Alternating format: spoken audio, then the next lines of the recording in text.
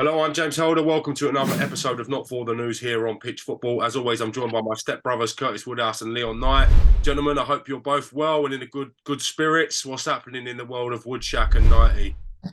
All good, mate. Just bobbling along. Hear that? Curtis, you look like. Oh, wait, Curtis, what happened? You look like you got a black eye, cuz. Oh, mate. Sleepless nights is football management. Mate, Fuck we are that. struggling. Struggling, mate. You know what, as well? I just got a phone call 20 minutes ago. My captain, my centre-half, is ill, so he's not available tonight. We're playing a team that's in the playoffs tonight. So, mate, this is stress. Surely a man of your intelligence has been in more stressful positions than this. You can do this. You can ride this out. This is nothing to a man of your skill set. Yeah, listen, we've got to dig in deep, haven't we? You know, everyone's, you know, I'm getting slaughtered on the website, slaughtered on social media, you know. But I suppose this is when the big boys come to the party, innit? Chest out, Let's go. 100%. You're going to have to go on like Stan Collymore. Is that the way you need to deal with the Marsch United ultras? Just confront them head on. Mate, they are only young lads though, so I might have to go a bit steady. But nah, it's tough. We're having a really rough run, to be fair. Like, obviously, we had 7 out of our 8 games called off, and then we played like 4 in 8 days. So obviously, we then get people pull muscles, get injuries. So our whole back 5 at the minute, 3 centre halves and both wing backs, are all out. So wow. Yeah, it's rough, mate. It's rough. Yeah, I can imagine that's hard to deal with. You look at any level that are missing that many key players, it's going to be tough. Look at Chelsea with the injuries they've had. They've in turn gone out and spent 300 million in this transfer window. I'm guessing you haven't got that luxury at Marsch United. Can't just definitely not. And the problem is at our level is, so when I came in, we only had 12 players when I came. So everybody else that's kind of in and around the league, all the players are on contract. So you can't go and get the players that you particularly want to get to start pre-season off with. And then on top of that, we get the injury list. So I've never known anything like this, to be honest. But, you know, all we can do is keep fighting in it. What else are we going to do? Roll over and have our bellies tickled. So we just gotta suck it up and go through it. Before we come on to Chelsea and their free for all, free flowing spending, reminiscent of the days of Roman Abramovich, let's talk a little bit about Manchester City. Good afternoon, madam. I am calling to let you know that you have been selected from our database to receive a cash prize. The club have come under scrutiny for their financial fair play, involving their sponsors, involving declaring how much wages and bonuses players have been getting. Mate, I was looking at the list sheet. There's some serious offences in there. I saw the official statement for Man City. They're adamant that the club has done nothing wrong. It's interesting, isn't it? What's your take on it, Leon Knight? Obviously, they've done something wrong, haven't they? You know what I mean? If they ain't done nothing wrong, there'll be no speculation, there'll be no investigation. So obviously, they've done something wrong somewhere along the line. And, you know, it's just for the investigator to investigate, sort out what they need to sort out. But at the end of the day, like, if they're guilty of anything, which I think they are, then points have to be deducted. Points have to be deducted, bro. And we have to be champions right now, cuz I tell you that. Because points have to be deducted. You can't do these things that Chelsea and Man City are doing. It's foolishness. Let's look at clubs that have suffered a similar fate in the past. So Juventus, for instance, they got relegated to the bottom of Italian football. Glasgow Rangers were on the brink of extinction and have had to come fight all their way back up. Do you see it being as severe for Manchester City with these punishments, Curtis? Nope. I mean, it's a tough one, isn't it? You know what? I think if they do punish Man City, then where do they stop? It could, you know. And I remember actually a few years back, Arsene Wenger coming out and saying, "Listen, he's putting a model together, so Arsenal are going to be competitive and sustainable for the next however many years." And now you look at what he kind of did, and he wouldn't go above the pay allowance and things like that, and he actually kept that club in a really good financial position. And if you haven't kind of got a Saudi owner now, Arsenal's probably the best run club in the world that hasn't got that big like oil money to it. So I mean, the most interesting thing with me is what Pep's come out and said. He basically said if the club have promised him that they've done nothing wrong, but if they've been lying to me, I'll be going. And that was like, whoa. So but that was in 2019, no? Yeah, but I think it was the same principles, though, isn't it? You know, and now there's a new, and I think they had that investigation. They kind of got away with it. They're coming again I think he's just trying to like put himself to the side of the situation. Like, do you know what I mean? He knows what's going on. Sidestep. Come on. I know nothing. He knows what's going on. This is the thing. They got excluded from the UEFA Champions League, but the solicitors appealed it in 2019. They were then reinstated and given a monetary fine. Is money enough to find someone that's got money? So when you're finding a club that's got unlimited resources, is that enough of a punishment and a deterrent? What's your take, 90? Well, listen, like whoever's saying money's enough is taking backhanders, because you know money ain't enough. Like that ain't even a punishment. Like them man have got so much money, that's not even a punishment. You can like find them 100 million quid. It's nothing to them, but you take points off them, and then it's something. Yeah, I mean, listen, if they've been cheating a while, and they say, you know, you've been cheating for the last 4 years, what happens to the last 4 titles that they've won? Yeah. What happens then? Do they get them taken off them? Well, in Olympics, if you win a gold medal and you found to be a cheat, or you found to have broken the rules of fair play, your medal's rescinded, isn't it? It's taken from you. Yeah. This investigation is spanning 9 years. So I'm guessing that's covering a lot of the time that the Sheiks had Manchester City.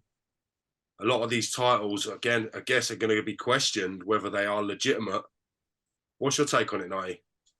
At the end of the day, yeah, things don't start leaking through them social media and the press and all of that unless there's something going on. Yeah. It just don't happen. You don't hear Arsenal saying, "Oh yeah, they're being investigated," because they ain't doing nothing wrong. Do you get what I'm saying? But it's always 1 or 2 clubs, and we know who the 1 or 2 clubs are. They're always being investigated for this. So do you get what I'm saying, though? So obviously there's something there. And this is the second time they're coming for Man City. So it's like anything in any court of law, you know, if someone like O.J. Simpson gets off it once, he ain't getting off it again. No chance. They come hard that second time round. So it is really interesting. You know, they must think that they have got these banter rights to come a second time after him. Let's get a meme up to celebrate Woodshack comparing Manchester City to O.J. Simpson. Do you do this for a hobby? Fucking annoy people. Nah, but like I'm saying, yeah, they don't say people, the press and all that, don't start coming out going, yeah, well, you know, they're going to be investigated and blah, blah. It just don't happen. Do you get what I'm saying? There's obviously something there. There's a current there somewhere that they can flip in, penetrate, and then start saying, yeah, well, look, boom, this is what's going on. The aftermath of it all could be pretty messy, but it's going to take a lot of years for it to kind of come to the fold, because Man City have got lawyers and money for days, so they'll appeal. It could go on for the next 2 or 3 years. It's not something that's going to happen overnight.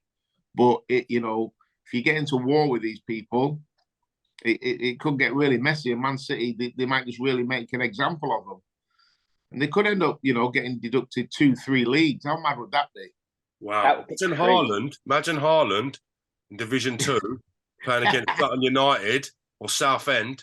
Do you know? Wimbledon, AFC Wimbledon, they're starting Haaland. It's a savage fault. It is scary. But listen, I'm all for it. If they've been breaking the rules and they've been doing things they shouldn't be doing financially, because what clubs like Man City and Chelsea and all the rest of them have done is they've just bumped the market up for everybody. Yes. So an average player now, you can't get an average player for 4 or 5 million now. An average player like 40, 50 million. And that's due to, that's not just the rate of inflation in the world. That's just because clubs like this have bumped the money up and kind of ruined it for everyone else. So if they've been breaking the rules, I think they get what they deserve. Average player right now is like 30 mil plus. Now Chelsea have been ridiculous. Chelsea have been very cute. Chelsea haven't broke any rules. Chelsea have found a loophole that enabled them to spend more money over they would have spent over the course of 6 seasons. They've been very, very clever, Chelsea, in the way that they've done their business, in particular in this window. Is your bank account details and sort code, and we can wire you their monies directly. So clever that UEFA have decided to change the rules to stop this from happening again. So we're not in any way suggesting Chelsea have broken any rules. Is it unfair? Probably yes. You've gone out and laid over 300 million in one January transfer window. It's not unfair. It's not unfair. When you're breaking the rules, it's unfair. If you're not breaking the rules, it's not unfair. You've just got the luck of an owner or an established, like a company that owns the club that flipping can afford to do what they can do. I look at it similar to the back pass ruling. Do you remember when Denmark just used to play Peter Schmeichel the ball and he used to pick it up? It wasn't breaking the rules, was he? But it wasn't fair. Yeah? He wasn't breaking the rules, but it wasn't in the interest of the game. Yeah? So this is what Chelsea have done. So the rules are being changed now to stop clubs from doing this again. I think you're both right. I think now you're spot on. You know, they haven't broken any rules. You know, they found a little loophole. So that's part of sport. You know, finding that little one-up on people. So fair play to them for that. But then the game's reacted and said, okay, we see what you've done. Well played. You win this one. But now we're changing the rules. So it is what it is. I no problems with Chelsea doing that. It's smart business people that have found that loophole. So good luck to them. But the game said, okay, no worries. 1-0 to you, but payback. We'll change the rules. So I think both parties have done right. I think the rules do need changing, and Chelsea found the loophole and went for it. So well done, everybody. What are the implications of this? Are Chelsea not allowed to spend money next season? I'm baffled by it myself. I'm trying to take in it as much as I can, living in the moment of it all. What's your take on it, guys? I mean, I'm the same as you, to be honest, James. They don't really know the ins and outs of it. But yeah, they must have a cap on what they can spend in the future, surely. But you know, they've signed a lot of young players that they think are going to be the next batch for Chelsea. And say if they only can spend 100 million next year, how many players do Chelsea actually need? They probably need a £100 million striker. But apart from that, they don't really need anyone else. They've got everything in place. So they're probably, you know, they'll plan for it, won't they? They're not stupid. They're smart business people. But yeah, they must have a cap on what they can do moving forward, surely. I'm guessing players that have moved on as well will counterbalance that a little bit. So I'm guessing they haven't got most players out January, but we'll probably see an exodus of players that are surplus. Yeah, 100%. Yeah, that'll balance it. Okay, let's go into Everton. Sean Dyche getting up on Arsenal. What's the cash out? So, you know what? Everton, and I actually said when we spoke about this, if Everton get Sean Dyche, they have a great chance of staying up, because how they played against Arsenal is exactly what you want from Sean Dyche's team. I will give you a cash out. Go on. I will give you £35. No deal. Shit. Here we go again. Guys. So what Dyche has done, new manager bounce aside, he looks like he's got the Everton DNA. He's stamped that Burnley war mentality and mannerisms on the club already. That's a big result. That's a tough game for your first match. And to get something out of that, I think is a massive, massive result for Everton. Is that the turning point for Everton Football Club this season, 90? Yeah, well, it should be. It should be the benchmark, isn't it? Like, you beat in the top of the most informed side in the league.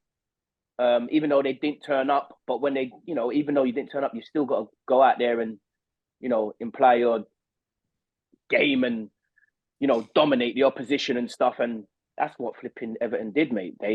We was non-existent, mate. They were brilliant. So, you know, if that's the benchmark and they can go on from there, they're going to be flying. They could be flipping mid-table by flipping end of the season. So, you know, like Curtis is saying, he's right, and he's been calling it for months now. Like, if they get Sean Dyche, then they're good. And I believe now, with that result as well, like, we'll install a belief within the club, the players, the fans, even the gaffer like coming in. Imagine like first game you've got Arsenal. You're just thinking Arsenal are top of the league. They're flying, like lost one game all season in the league, and you're just thinking, do you know what I mean? Oh, we can just like worst way you can get a draw. You flipping turn them over and you spin them as well. It's not even like a. I'm not saying it's 4-5, 6-0, but like the actual performance. Do you know what I mean? Arsenal couldn't perform, and it weren't due to really Arsenal. It was like Everton. Do you know what I mean?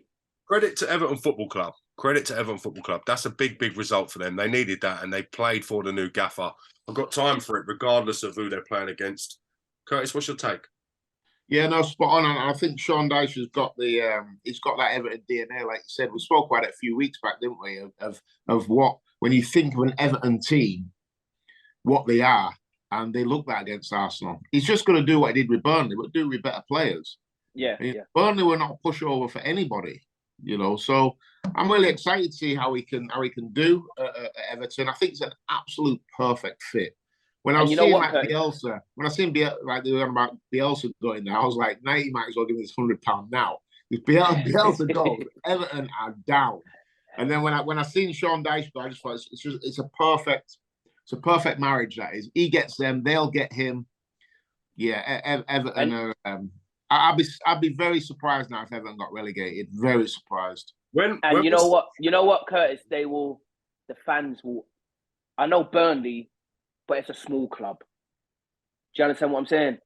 Like their fans, it's a small group of fans, and even though they're a very close-knitted club, but then you got Everton, and then you got their fans. If they start buying into and they start getting results, they're gonna be a problem, mate. I'm telling you, there will be a problem because Dyche's Burnley was a problem. Anytime Arsenal played them, I just thought, I just can't be arsed with this today. You know what I mean? Horrible side to play against. Yeah. 100%. You know what I loved about the Everton fans as well? So they've been protesting against the board, and they protested hard, but they did it outside the ground. When that whistle went, the fans were behind the team 1,000,000%. Yeah. You know, and Everton were good. They deserved. Could have been 2 or 3. Dominic Calvert-Lewin had a few chances. They could have put that game to bed in the first half. When I think about Everton, Richarlison moving on, not replacing him, letting Anthony Gordon go during this window, not bringing one in. We saw the U-turn of Dan Juma tweeting Everton fans, telling him he's all about the kit and the shirt, and then never turned up. I was getting worried.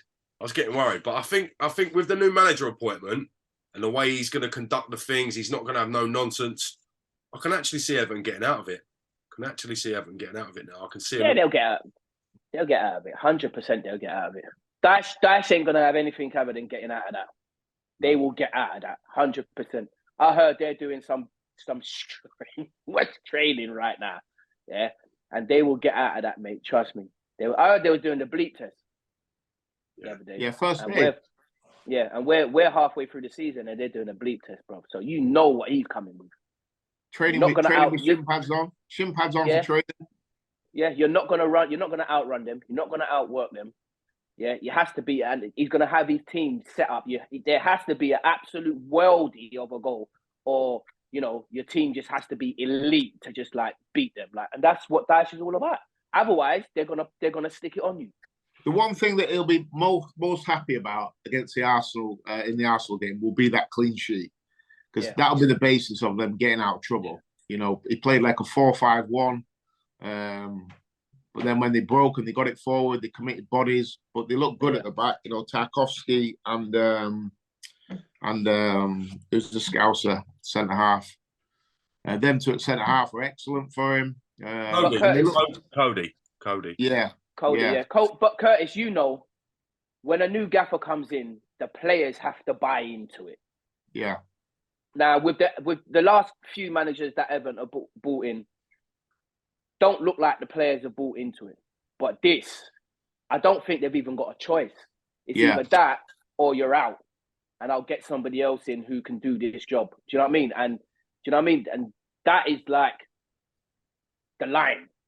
You either play for me and play how I'm playing, or you're out the door. Yeah, I agree. I think it's a great appointment. And Everton should be in the Premier League. They're a proper club. Come on, So, always. No, we all want Everton to stay up, don't we? Even Liverpool fans deep down want Everton to stay up. I agree. Now, as well as Everton shocking Arsenal, we saw in North London, the other side of North London, Tottenham Hotspurs shock reigning champions Manchester City, inadvertently doing Arsenal a favour and putting it back before the start of play. Not many people would have predicted Tottenham, especially with Conte being in the hospital. We do wish him all the best with his recovery, getting that result against Manchester City. Harry Kane breaking the record set by Jimmy Greaves as well. Big moment for Tottenham fans. Nighty, what's your take on it? Got to give it to Harry Kane. Elite. From he stepped in inside Tottenham. Elite. I mean, he was shipped out on loan a few times and whatever, and Sherwood brought him in. And ever since then, mate, do you know what I mean? Left foot, right foot, head, anything. Just an elite finisher. And he was always going to break that record. He's always going to break Alan Shearer's record. He's going to become the all-time top goal scorer in everything he's done. England, Premier League, Tottenham. He's going to break it all. And, you know, you've got to take it out to him. And I'm an Arsenal fan, but you've got to take it out to him. I know he's an Arsenal fan as well, you know, but you got to take it out to him. And you got to tilt it and say, congratulations, you've been absolutely elite. Love that. Mature Nighty. I'm loving this. What a great answer. Go on, Nighty. What's your take on it, Woodshire? Yeah, I'm the same. I think Kane's like unbelievable. He can score any goal, left foot, right foot, tap in, free kicks, penalties, screamers, tap ins. Unbelievable striker. Would get in any team in Europe, I believe. Yeah. Any team. Yeah. A class player, and you know what? This is a good bloke as well. Never, you know, family man. I think he's been with his girlfriend since they're like 14, 15. He's just like. He's like an all-American guy, isn't he? You know, that they make in these movies. That's him. Harry Kane's the guy. So, yeah, really happy for him. You know, he seems like a really good fella and deserves everything he's got. And, yeah, and Knight is right. He's going to break every goal-scoring record. He's going to have his name after it. Let's talk about Leeds United sacking manager Jesse Marsch. Been on the writing on the wall. I think that interview the other day with the striker Bamford gave away a lot of stuff that was going on post-match interview. Right decision to sack Jesse Marsch in the manner and the way they did. Is it right for them to part company? What's your take on it? I'm going to go straight to Woodshack on this one. What did Bamford say? I didn't see that. He basically, I haven't got it word for word, but I'm sure a lot of the viewers would have seen it. He's been unhappy. With the way the team played, lack of starts. Yeah, he wasn't very best. He wasn't very best pleased. Well, listen, I watched Leeds the other day, and I'd have been very unhappy with his performance, Bamford's, because he was poor. He missed a couple of chances. It looked like his legs had gone. He couldn't run. So, you know, in this modern day of football, everyone kind of points the finger at the manager all the time. When sometimes you've got to have a look in the mirror. And the games that I've seen Bamford, he has been way off the player that he was before he got his injury. I like Jesse Marsch, mate. I think he comes across a good guy. I think the American thing is difficult for us English people to look past. I think that doesn't help him. But he's won 2 in 17. So, but I don't know if you watched the Leeds game at the weekend. Leeds played very well. How they didn't come away with the result is unbelievable. It's the problem, though, Curtis. You can play very well and not get the results, regardless of the way the team are playing. Yeah, but I think that's just unlucky sometimes. You know, like I said, the players miss some absolute sitters. That's not the manager's fault. They got into the right areas. They didn't take their chances. That's not his fault. But on the flip side of that, you know, I do understand that results are results. But I must admit, I'm a bit gutted for him because I liked him. You know, he just seemed like a good, positive guy. And, you know, it's a shame, isn't it? It's a shame. You know, I think if he could have come and done well, it'd maybe change the perception of Americans in our game. Yes. So it's a shame we didn't kind of open up that market to other people. But it's a results business, isn't it? The fourth from bottom, they've won 2 in 17.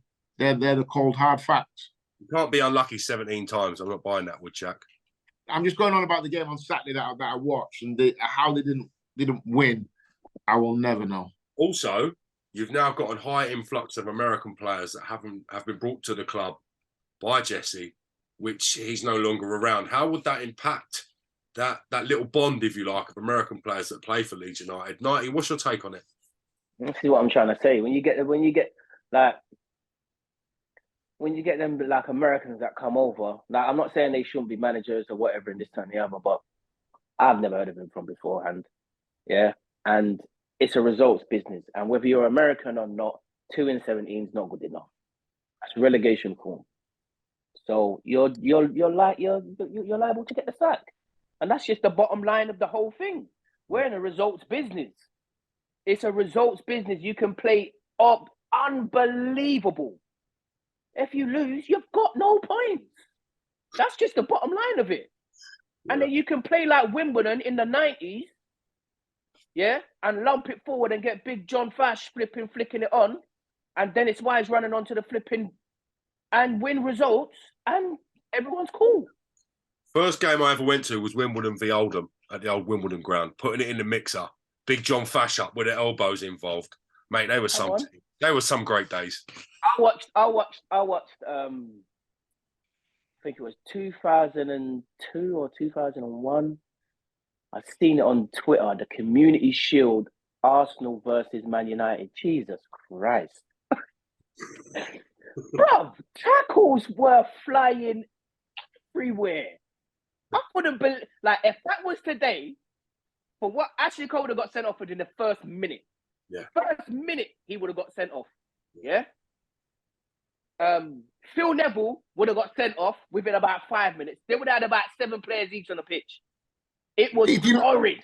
But do you not prefer watching that though? Yeah. Yeah, I did. Yeah.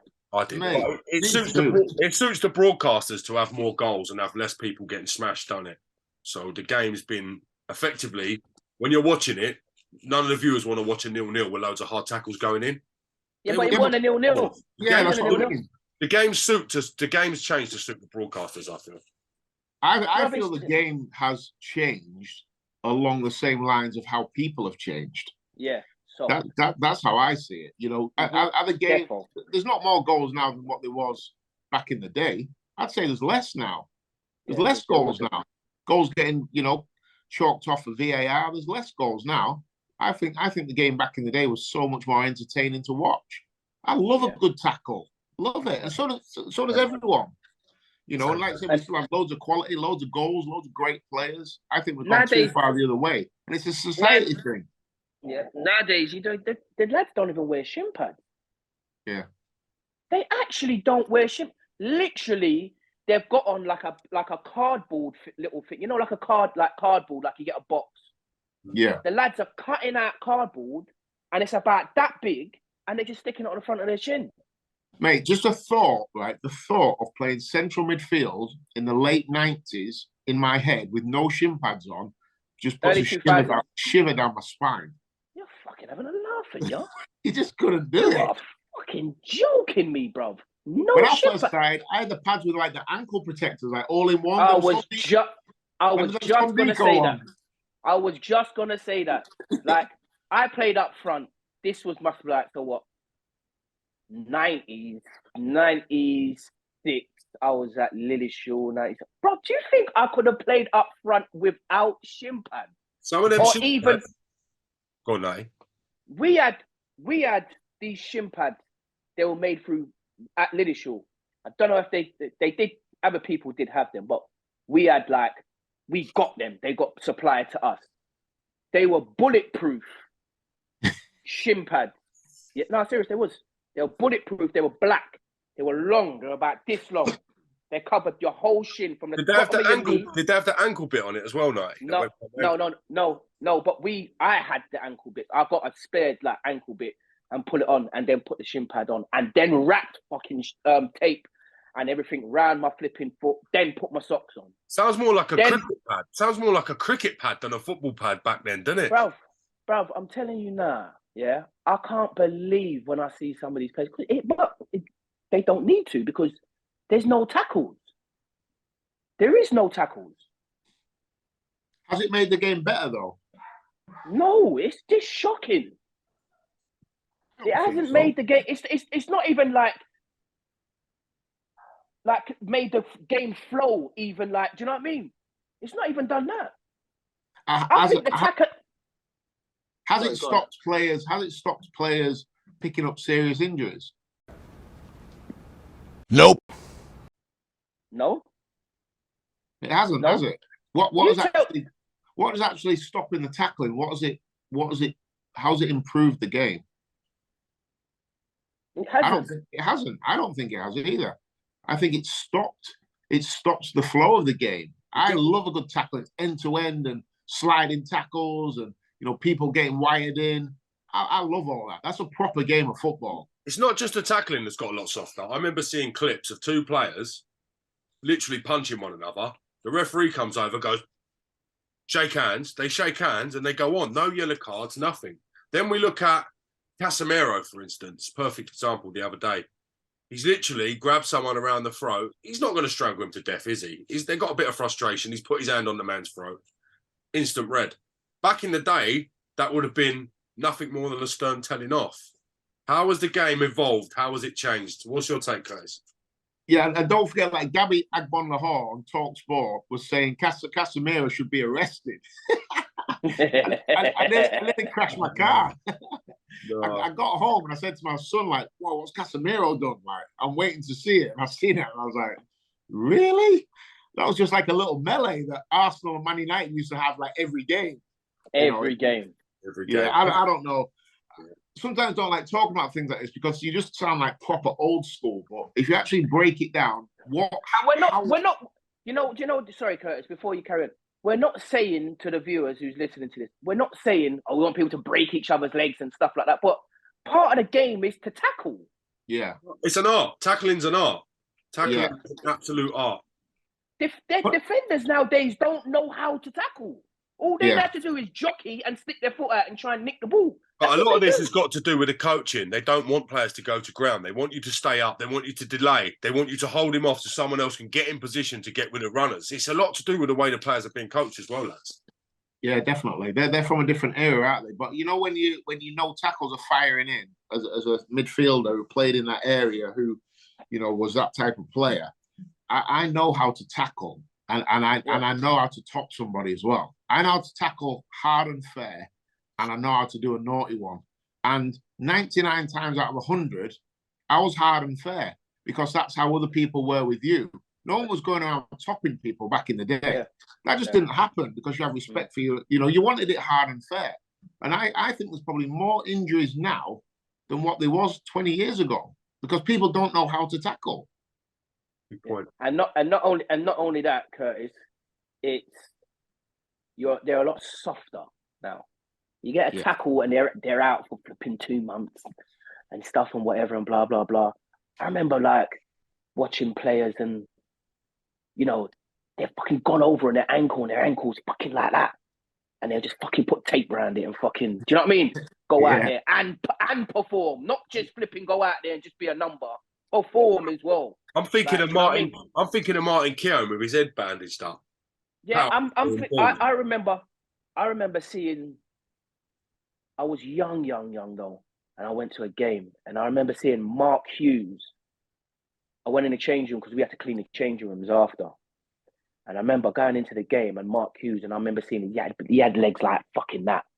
And they was just marked up all over the place from the game, like red scratches and marks, and his cast was all like chunks out of them and all of that and whatever. And he was just sitting down there having a beer. You know what I think a big thing on that is, and I've thought about this. So back in the day, we're talking about squads of 14, 15. Yeah. If you were injured, then you strap it. Oh, I need you Saturday. You're playing.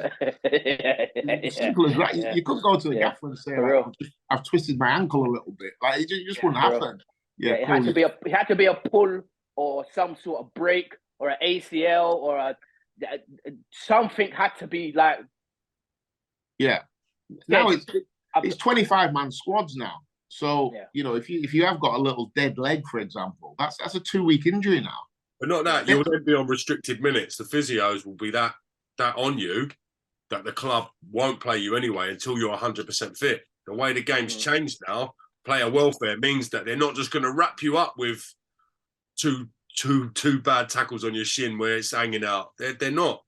The game's changed a little bit, hasn't it? I remember having to flip in wear shin pads in training and ankle pads in training. I remember that, like, and train how you play and stuff like that. Like, do you know what I mean? Like, that was big when I was coming up. Train how you play. Like, Mark McGee was like, train how you play how you train. Like, and you had to flipping be at it. Like, do you know what I mean? I had Charlie Oatway and Danny Cullop and all of them, like, studs up. Man, we're wearing studs in training. Yeah. Look, the Cat 2 players, they still train with their shin pads, lads. I'm not going to lie. They're still having it. I think it's the Premier League that's isolated in that way of cardboard shin pads and this and that. You turn up in a Cat 2 team or a League 2 team and you've got no shin pads on at training, you're going to know about it. You're going to know about it. Honestly. Yeah, but I think Knighty's right. None of us are wanting anyone to get injuries or anyone booting anybody off the park and things like that, because that's not football. No, I agree. You want the best players to shine and to come through. We want to see a few tackles and a bit like competitiveness as well, you know.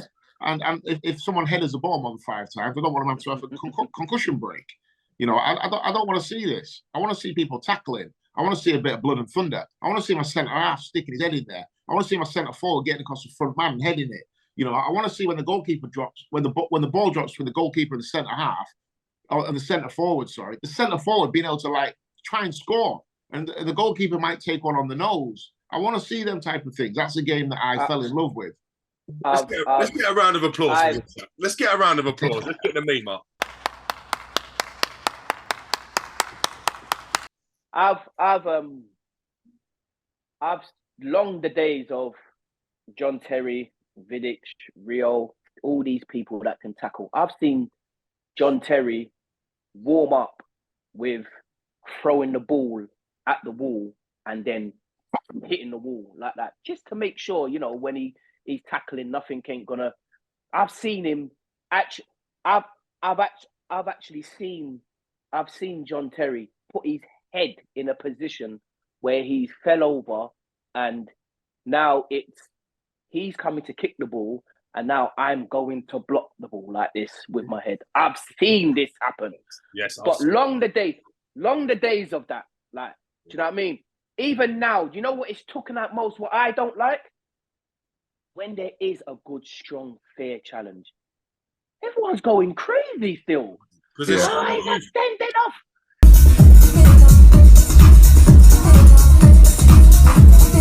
It's that over there. All right, he's down there.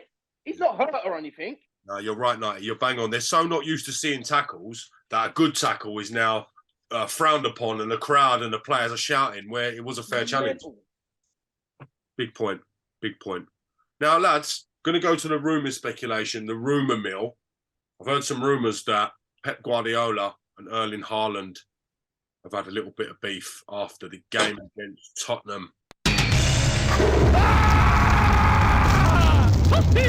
No one's come out, nothing's been said, but you know we got our sources on this show. We hear everything. Knighty, what's your take on it? Well, you don't even really need a take, you know, you can just see. You can see something ain't right.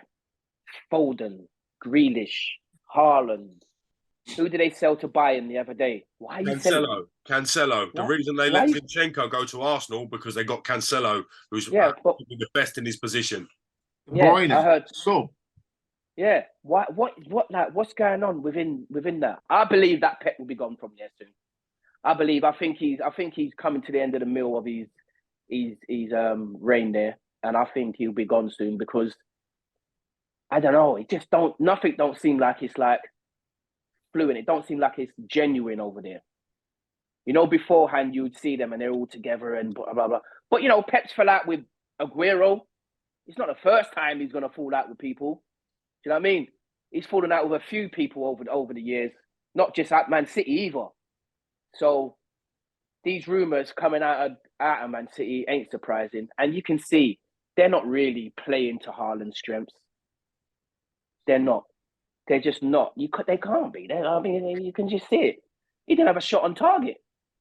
I think it really showed up against Tottenham a few times where I'm like, he's in. Slide him in.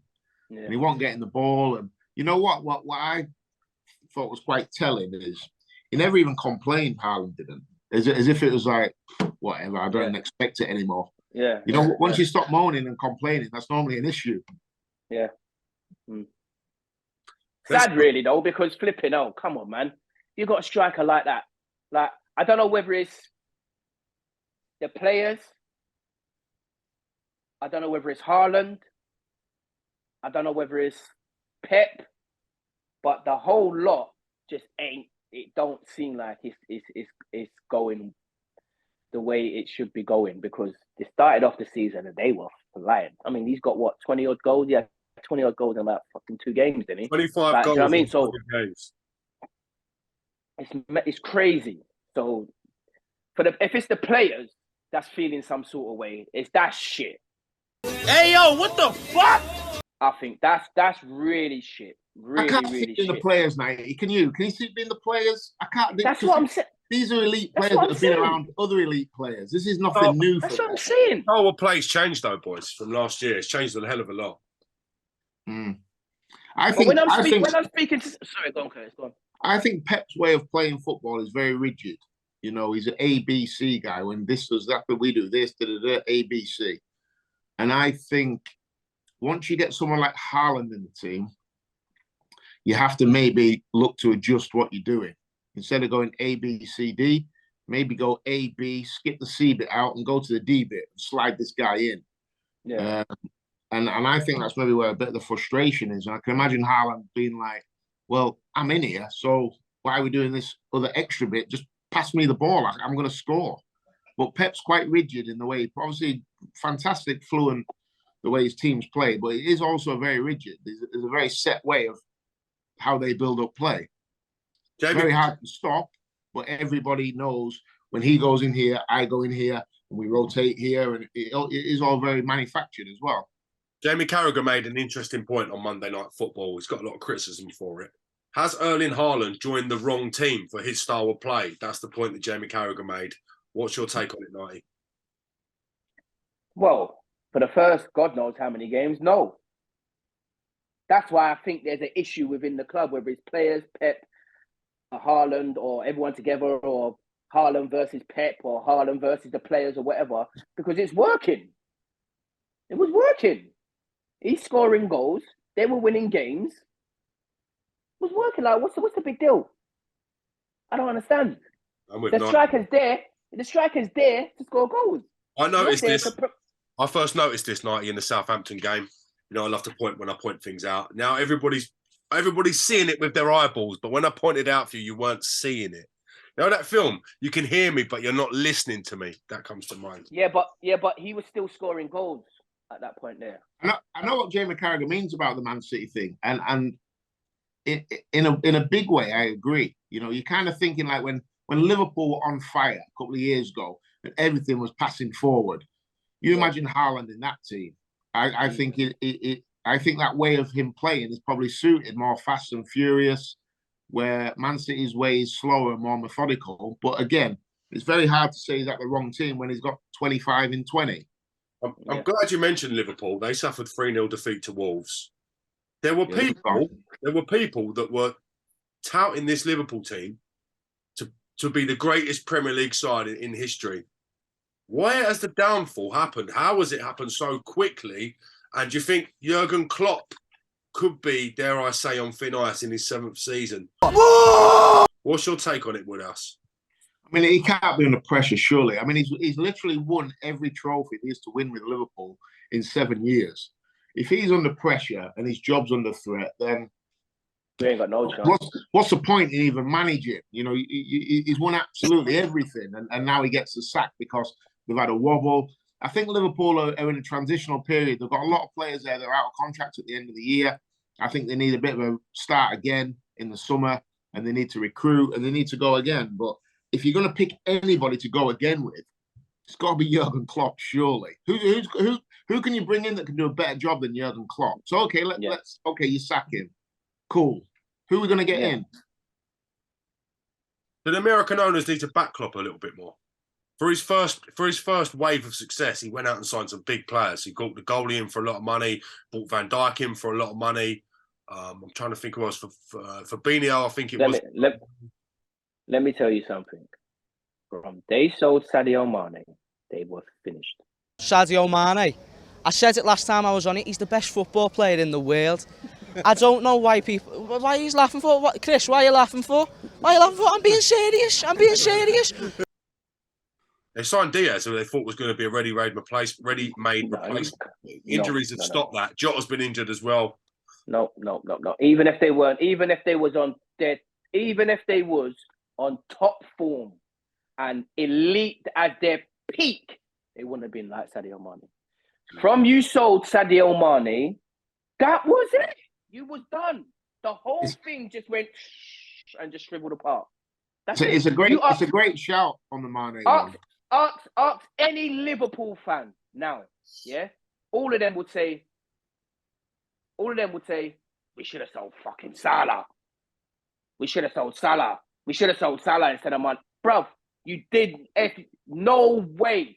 But you know what we'll say about Liverpool is, though, you know, if you're a big club, and Liverpool are a huge club, they need to start acting like one. Not we should have sold Salah instead of Mane. Should have kept them both. Both. Right. Thank you, Curtis. You understand what I'm saying? You're bang on. Mate, honestly, I said this the other day, you know. Yeah. And then they've had to go and sign Gakpo. They've had to go and sign the other guy that was said is going to replace him. Instead of spending 100 million there, give these guys the wages and keep them both. And now they've decided against it, and they're in a mess. They're in an absolute mess. And everyone thought that the main part of the engine was Mo Salah. And it wasn't. I was telling people this from the get-go, bro. It's not Salah. It's Sadio Mane. I'm telling you from now. And then he left, and then everything left Liverpool. That was it. It was done. It was over. We know they got an squad. They seem to lose the game against Wolves in midfield. It's not often that you would say Wolves have a better midfield than Liverpool. Have they got to back the manager? Have they got to splash the cash on some big reinforcements in the next window? Billions and billions and billions and billions. What do you think, guys? Yeah, 100%, 1,000,000%. It's like I said, okay, get rid of him. Who are you going to get? Who are you going to get better than Jurgen Klopp to manage Liverpool? He's won everything. There's not one trophy he hasn't won. Come on. If you're not going to back him, who are you going to back? Yeah. But Liverpool they need players. So when Liverpool were brilliant, say 3 years ago, Henderson was 3 years younger. Fabinho was 3 years younger. You know, players age. Players, even Milner, he's 3 years older now. He could do a job. Milner and all them players, they need to get out of it. Yeah, honestly. They need a fresh start, like Chamberlain, Milner. There's a few there that have kind of had their day, and they've had brilliant Liverpool careers. But every club moves on, and Liverpool, for me, need 6 or 7 new players in the summer, and probably 6 or 7 going out as well. The trick of being a world-class manager and having constant success, knowing when certain players have had their sell-by date, knowing when to move a player on is almost as important as knowing when to bring a player in. Do you think Jurgen Klopp struggled with that, Nighty? When to let go of talent that have performed so well for him? Yep, and then they let go of Sadio Mane, like easy as well. They weren't even trying to huggle with him and say, yo, we'll give you this or we'll give you that. And he wouldn't have been asking for much more anyway. Do you get what I'm saying? Not much more. He wouldn't be asking for flipping Mo Salah's wages. I'll tell you that from now. It always seemed to me like they treat Mane a bit like the ugly sister. Like he wasn't the one. And I can imagine he was like, show me some respect. And I always felt like he was always the one that was never like, looked upon like the guy where, you know, I bet he's sat at Bayern Munich now like, told you. Probably asking I bet he's asking for another £100,000 a week. Easy. That's and to keep your front three who you know connected, you ain't got to like bring no one else in and try and make it work or make them work together or, you know, hope that they come and they've landed on their feet and they're scoring goals. Your team's set already. Why would you bring that up? That don't even make no sense. Yeah, I agree. Don't get me wrong. I don't know the ins and outs. Yeah. Maybe they did offer Mane some mad wages and he just said, "Nah, fuck that." But it weren't enough. You didn't do enough. And like Curtis is saying, it always felt like it was all Mo Salah and blah, blah, blah. And don't get me wrong, the last couple of seasons or whatever, he has been unbelievable. But I tell you why he's been unbelievable is because on the other side,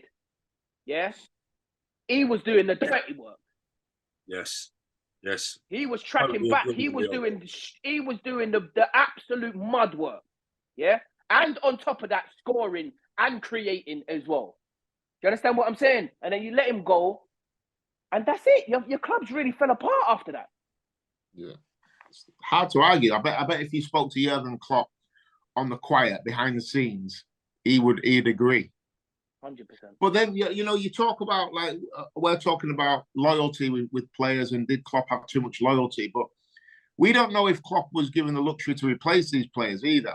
This is what I'm getting at. Well, there's a lot going on behind the scenes at Liverpool. The club doctor's left, the head of sporting recruitment's left, the man that's been brought in already said he's leaving at the end of the season. The American owners have got the same predicament with another team that they own in another sport where no one's happy. They've not brought the reinforcements. There's a lot going on at Liverpool that Klopp's probably not in control of. A lot going on. Totally agree. Let's go to... go on. There ain't even really much to say on that, other than, you can just see what it is with Liverpool. Do you know what I mean? They've got players like Milner. Milner's flipping... He was playing when I was playing. Yeah. Literally. I saw some stats on Milner the other day, and the start of his career is unbelievable from where he's done. Got them all. I mean, he was playing when we was playing, Curtis, and like, don't get me wrong, he kept himself in tip-top condition, and he can still compete and all of that. But if you come against them young boys, you're getting flipping smoked. Someone told me Milner's the fittest in the squad.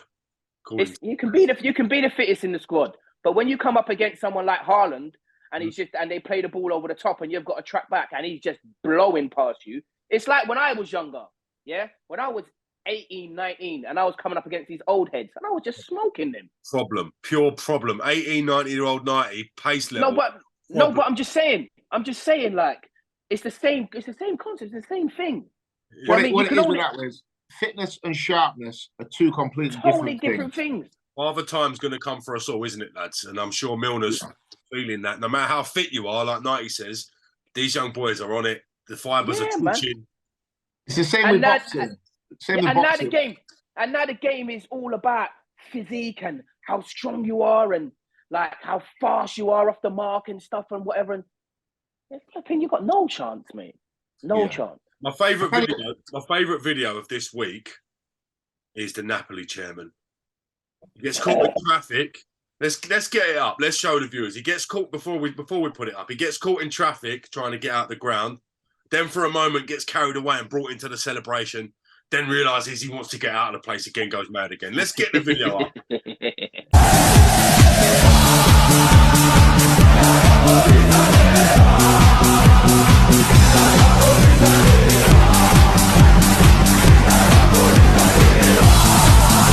This is the levels of passion I've got time for. Yeah? We're not seeing anything like this. Look at the Napoli fans, man. They're absolutely having it. It's a different... abroad, it's different. They live and breathe. Like, obviously, we do. Don't get me wrong. Like, we'll banter, we'll be in our WhatsApp group chats and blah, blah, blah, and this, that, and whatever. But their ones stem back generations. You can go to their granddads, and their granddad will have their fucking shirt on, and he'd be like, he'd be going crazy. And then you'll ask him what he did when he was in his when he was 19, 20, and he'd be like, I was in the crowd, and I was going crazy, and I was an ultra, and this, that. They're a different kind of fan. They're different. If Napoli win the league, bro, you're gonna see. Look, when last time Napoli won the league was when Maradona was there. No, Maradona, yeah. Was that the last time they won it? Yeah, last time they won it, bro. Wow. Right, that's the last time they won it. And did you see the scenes then? Yeah, yeah. I always stick to me from that era is go Italia, and you got Lazio, and then you got Maradona come running up to the camera, looking into the camera. Oh, don't worry. You got social media this time round. Watch when they win the league this time. You're gonna see something different. It's gonna be savage. Because they look when what's his name? What's his name? Zibla, or whatever his name is, signed for Juventus. Roma, Juventus or Roma? Where did he sign? Sure, when Juventus, the Dybala. Dybala, yeah.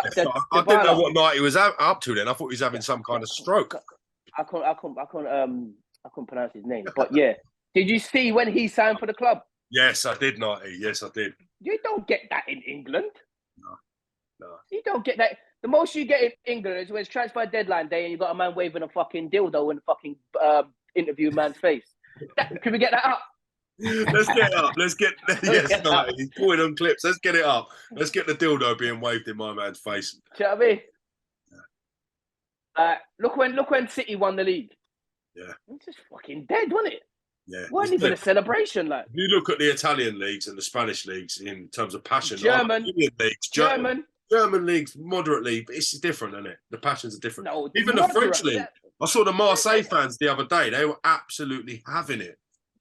When Lille, was it Lille that won the league a couple of years ago? Lille won. Who won it? No, Lyon. Was it Lyon? No, it weren't Lyon. It was Lille. Lille won the league, wasn't it?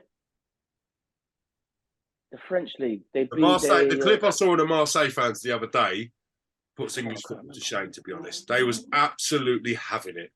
Bruv, I'm telling you, mate. I'm telling you, abroad is different. Yeah. I played abroad as well. It's like, have you gone to like Turkey and that? You're fucking having a laugh. When anyone says Turkey, do you know what I think of? I think of Graham Souness. Yeah. Running with the flag across the middle of the ground and sticking it in the thing and causing a mass riot. But let's take a minute to appreciate that. Oh my God. God. Even Greece, like you go and then them countries there and you win the league or you win even if you won like a UEFA Cup or something, Europa Cup or something like that. You're having a laugh, mate. Different kind of celebrations. You're held up as a king. Different. So what I'm going to say is, if you're watching this on the YouTube channel, please download our free app, Pitch Footy, for all the merch giveaways, debates, tickets, exclusive shows, exclusive content. And thank you all, as always, to Curtis Woodhouse and Leon Knight for their time today. Before I go, let's just get the Napoli chairman up one more time. I want to see his little face.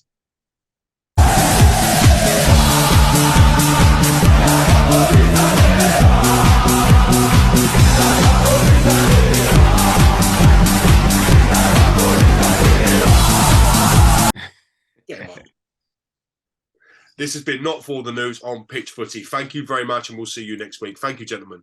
Nice one, boy.